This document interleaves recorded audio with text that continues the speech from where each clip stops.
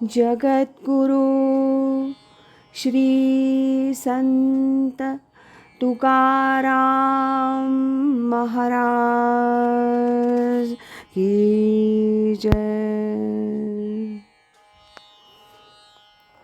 आज ऐकूया परमपूज्य स्वामी माधवानंद यांनी लिहिलेल्या संत तुकारामांच्या निवडक अभंगातून दिव्यत्वाचा संस्पर्श या पुस्तकातील प्रवचन 4 योगज्ञानी तुकाराम, त्याचा भाग पहिला. पावले पावले तुझे आम्हा सर्व, दुजा नको भाव होऊ देऊ. जेथे तेथे देखे तुझीच पाऊले, त्रिभुवन संचले विठ्ठलागा. भेदाभेद मते भ्रमाचे संवाद, आम्हा नको वाद त्याशी देऊ. तुका म्हणे अणू तुझ विण नाही, नभाहुनी पाही वाड आहे. तुकाराम महाराजांना योगाच्या भूमिकेतून परिपूर्णता प्राप्त झाली. त्यानंतर त्यांना जे अभंग स्फुरले आहेत त्यात ते ज्ञानाच्या पातळीवर बोलतात. या अभंगांची संख्या कमी आहे, कारण या अवस्थेत बोलण्याची प्रवृत्ती क्वचितच असते. ज्ञानाच्या पातळीवरून बोलताना तेव्हाही ते परमेश्वराशी बोलतात. हे त्यांचं ज्ञानपूर्ण सख्य आहे, कारण जोपर्यंत देह आहे, बोलणं आहे, तोपर्यंत तो आणि मी म्हणायला हरकत काय आहे.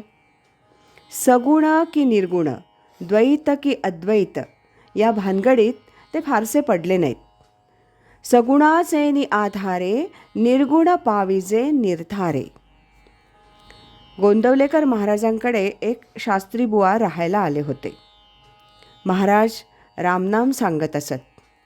त्यामुळं त्यांना वाटायचं की वस्तुतः निर्गुण सत्य, मग महाराज सगुणाची उपासना का सांगतात. म्हणून ते महाराजांशी एकटं बोलायची संधी कधी मिळेल त्याची वाट पाहत होते.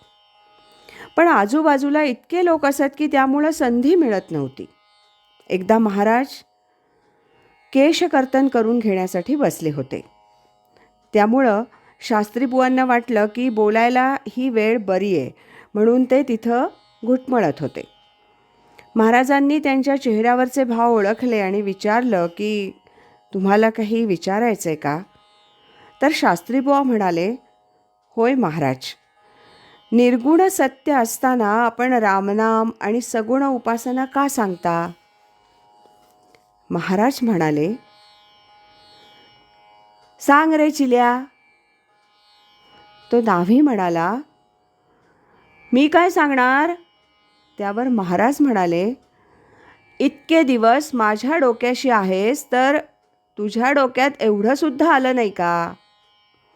असं म्हटल्यावर चिल्या म्हणाला, बरं सांगतो. पुन्हा विचारा शास्त्री बुवा. म्हणून तोच प्रश्न विचारला. त्यावर चिल्यानं उत्तर दिलं, शास्त्री बुवा तुम्ही बोलता कसे.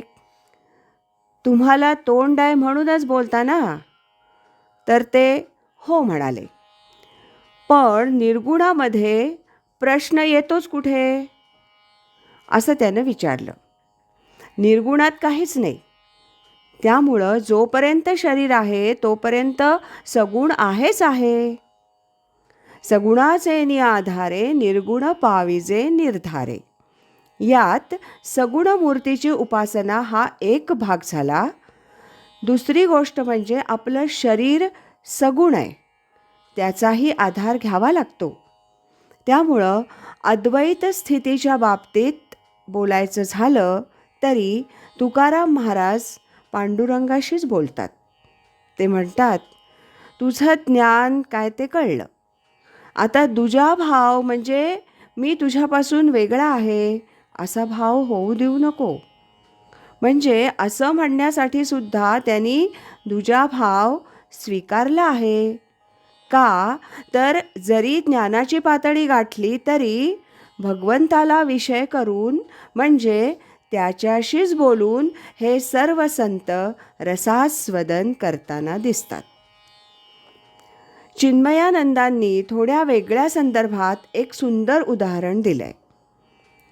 लग्न झालं आणि काही कारणासाठी म्हणून घटस्फोट घेतला, पण तो घेतला तरीही प्रेम करायला कायद्यानं बंदी नाही. त्याप्रमाणे आता द्वैत भूमिकेशी घटस्फोट घेतला तरी देवावर प्रेम करता येतं. तशा प्रकारे या संतांचं अद्वैत स्थिती अनुभवून पुन्हा द्वैतामध्ये येऊन भक्तिरसाचं सेवन करणं आहे.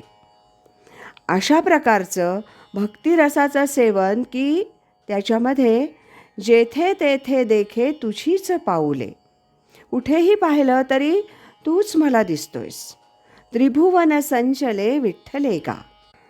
एका दृष्टीनं त्रिभुवन म्हणजे शरीर, मन, बुद्धी. अंतःकरण परमेश्वराशी एकरूप झालं की विश्व हरिरूप असल्याचा अनुभव येतो. रूप दिसलं नाही तरी ईश्वरभाव अखंड राहतो. पुढे ते असं म्हणतात, भेदाभेद मते. भेद आणि अभेद म्हणजे द्वैत आणि अद्वैत या संबंधीची मतं, त्यावरच्या चर्चा हे भ्रमाचे संवाद आहेत, अज्ञानातील बोलणी आहेत. ऋषी, मुनी, संत, आचार्य यांच्या अनुभूतीच्या बोलांच्या संदर्भात हे म्हटलेलं नाही, तर केवळ शाब्दिक चर्चा करणाऱ्या लोकांच्या संदर्भात म्हटलेलं आहे. एकदा अंबुराव महाराजांना प्रश्न विचारला, प्रयत्न खरा की प्रारब्ध खरं? त्यावर अंबुरावांनी उत्तर दिलं. तेव्हा फिलॉसॉफीचे गाढे पंडित, तत्त्वज्ञानाचे प्रोफेसर, विलक्षण साधना केलेले गुरुदेव रानडे तिथं उभे होते. अंबुराव म्हणाले, प्रयत्नही खोटा, प्रारब्धही खोटं, देवच खरा. असं म्हटल्यावर गुरुदेवांनी टाळ्या वाजवल्या. म्हणाले, वा वा, मी आता एमएच्या तत्त्वज्ञानाच्या परीक्षेला हा प्रश्न घालीन आणि तुम्ही सांगितलेलं उत्तर जो कोणी देईल त्याला भरपूर मार्क देईन. यावर गुरुदेवांना विचारलं की त्यात विशेष काय? तर त्यांनी असं सांगितलं की सगळंच देवाच्या इच्छेनं होतं. वस्तुतः चाले हे शरीर कोणाची ये सत्ते, कोण बोलविते हरिविण. देखवी ऐकवी एक नारायण, तयाचे भजन चुको नका. माणसाची देव चालवी अहंता, मीची एक करता म्हणून या. वृक्षाचेही पान हाले त्याची सत्ता, राहिली अहंता मग कोठे. तुका म्हणे विठो भरला सबाह्य, उणे काय आहे चराचरी. थोडक्यात म्हणजे सगळं ईश्वराच्या इच्छेनं चालतं. योगायोगानं आपला प्रयत्न त्या दिशेनं झाला तर प्रयत्नाला यश आलं असं आपण म्हणतो, आणि त्या दिशेनं प्रयत्न झाला नाही तर प्रारब्ध असं म्हणतो. पण मूळ म्हणजे देवाची इच्छा हेच खरं.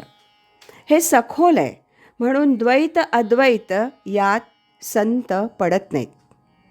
एकदा काशीला पंडितांची सभा होती. द्वैत अद्वैत वाद चालला होता.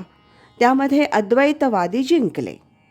त्यांना बक्षीस वगैरे देण्यापूर्वी एक तरुण मुलगा उभा राहिला आणि म्हणाला, मला 2 मिनिटात जे जिंकलेत त्यांचं अभिनंदन करायचं आहे, एका वाक्यात करतो. त्याला संयोजकांनी परवानगी दिली. तो मुलगा म्हणाला, आता जे द्वैतवादी जिंकले त्यांचं मी अभिनंदन करतो. त्यावर ते म्हणाले, अरे अद्वैतवादी जिंकलेत. तर तो म्हणाला, अद्वैतवादी जिंकले यामध्ये सुद्धा द्वैतच सिद्ध झालं. याचं कारण अद्वैतात वाद कुठे येतो? संयोजक म्हणाले, तू कोण आहेस? तर ते होते विनोबा भावे. सर्व तत्त्वज्ञान जीवनात आणून अनुभवून पुन्हा भक्तिप्रेमाचा रस अबाधित आहे अशी संतांची अवस्था असते. संतत्वाच्या पातळीवरून जीवनाचा आनंद विशेषत्वानं घेतला जातो. आज इथेच थांबूया. यानंतरचा भाग उद्या ऐकूया.